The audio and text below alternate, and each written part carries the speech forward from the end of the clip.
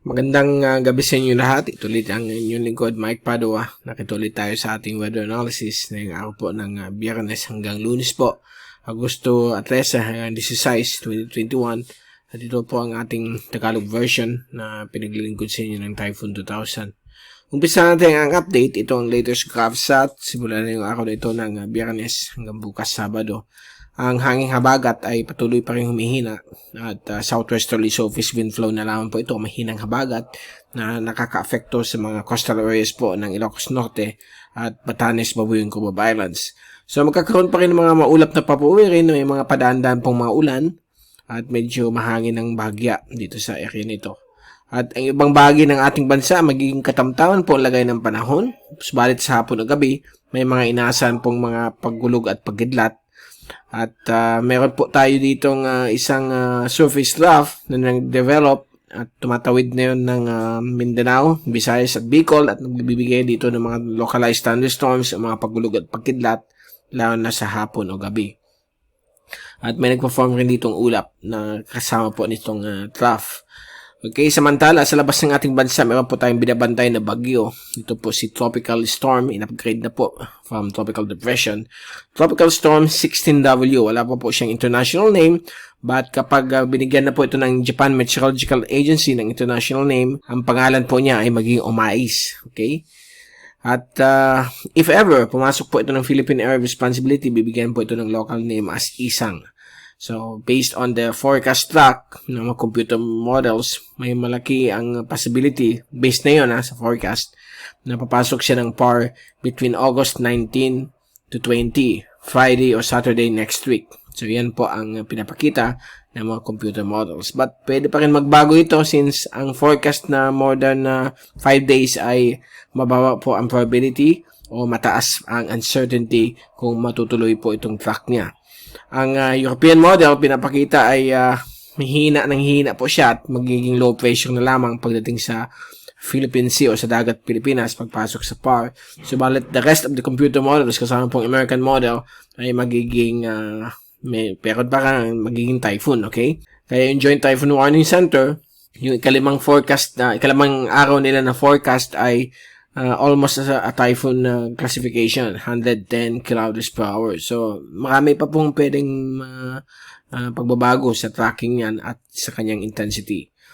At ito naman po yung fast animation. So, makita po natin yung paglabas ng mga localized thunderstorms na yung hapon o gabi dito po sa Pilipinas. At ito po yung surface trough dito at may nagpo-form dito na circulation. But sa computer models, wala naman po siya. Walang pinapakita yung circulation dito. So, babantayin natin yan. Ito naman po si Tropical Storm 16W. Kumikilos pa kanluran sa bilis na 30 km bawat oras. Ito naman yung zoom in satellite animation. Nakikita po natin, halos malaking bagay ng ating bansa ay may mga localized thunderstorms. Lalo na po dito sa may Luzon, Visayas, and Mindanao. At kung titingnan natin yung tracking na yun ng Joint Typhoon Warning Center sa bagyong 16W, inaasahan po itong lalakas pa habang papalapit po sa Guam. At pagdaan po niya sa Guam, ito yung forecast, daan po malapit sa Guam sa ika-4 na araw, that will be August 17. At posibleng maging 85 kph na bagyo. At habang papalapit sa PAR, ay posibleng maging typhoon siya kasi 110 po dito ang hangin niya. But pwede pang magbago ito, baka hindi po matuloy o malusaw lamang itong tropical storm na ito. At ito naman po ang Typhoon Global Models. Nakita po natin wala po dyan ang European model kasi po hindi po siya lalakas. Hihina po siya bilang isang low pressure area at ang track ng ECMWF ay dito lamang po. Okay?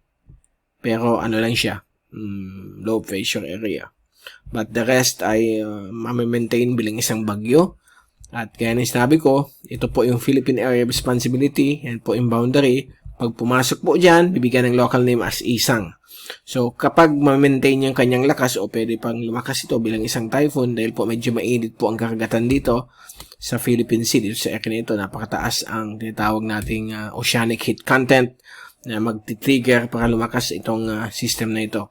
But matagal pa po yan. More than 5 days. Napakababa po ang probability very high uncertainty. So, watch out na lang po sa mga updates natin next week, lalo sa Monday at Miyerkules. Diyan natin makikita kung lalakas pa siya o hihina. So, relax muna tayo. Huwag tayong matakot. But ang track niya ay either extreme northern Luzon or Taiwan area. Panahon kasi na yun ng habagat. Kaya yung mga placement ng mga high pressure ay matataas lamang. Kaya ang tracking niya ay medyo tumataas din. Okay? May nagtatanong kung kailan ulit babalik ang habagat. Wala pa po tayong nakikita hanggang August 22. Nasa break pa rin ang habagat. Possible baga katapusan ng Agosto or first week or second week of September. Posibleng bumalik ulit ang habagat after nitong medyo mahaba na break. So, nababalance po yan ang Mother Nature, ang weather at climate natin. At nakikita natin na ang 2 weeks of sobrang ulan dahil sa habagat, papalitan ng 2 weeks ng sobrang init naman po at dry conditions. Ito nga ang pinangamba ng mga scientists, meteorologists at climatologists dahil po sa pag-init ng ating mundo. Itong climate change na tinatawag ay magiging uso po itong tinatawag nating weather whiplash, okay? Itong weather whiplash, okay? Ito po ay yung biglaang pag-change ng grabing ulan, nagkukos ng baha. Sunod niyan, grabing dryness at magkukos ng drought. Iyan ang medyo pinangangamba ng mga scientists at meteorologists. Ganyan din po mga climatologists dahil po sa climate change. So, let's hope na may stop natin ito dahil tayo pa rin nagkukos nito. Okay, let's hope na ang government mag-proceed, yung world's government, para may stop itong climate change. Okay, ito yung ating forecast sa ulan for the next 3 days hanggang Monday. Nakikita po natin itong mga kumpul-kumpul na mga orange at red, although hindi masyado mapula. Mga localized thunderstorms po yan sa malaking bahagi ng Luzon, sa may Eastern Visayas at Mindanao. Common po yan pag ganitong buwan ng Agosto. Tag-ulan pa rin tayo, although nakabreak ang habagat. Okay? At ito naman po ang wind forecast hanggang Monday. So, bibilisan natin ito. Sabado bukas, Linggo hanggang Monday, walang pagbabago po sa Pilipinas. Variable winds. Although sa Monday ay magkakaroon po tayo ng northeasterly surface wind flow dito sa Eastern Visayas at coastal areas ng Western Luzon. Dahil nga nasa break ngayon ang habagat. At ito naman po yung bagyo na posibleng LPA na lamang po based sa ECMWF, European model. So malalaman po natin yan by Monday kung anong magiging threat sa ating bansa. Let's hope na hindi po ito magka-affecto sa ating bansa at sa ibang parte po ng Asia Pacific. Okay? So, dyan po nagtatapos ang ating update sa panahon dito po sa Typhoon 2000 at pabalik ulit tayo next week sa Lunes para ibigay sa inyo latest sa ating panahon at yung papalapit na bagyong 16W. Mula sa Typhoon 2000, ito si Mike Pado nagpapaalam. Mag-ingat po tayong lahat. #WeatherWiser. Happy weekend to all at maraming salamat po sa pagpanood nyo sa aking channel.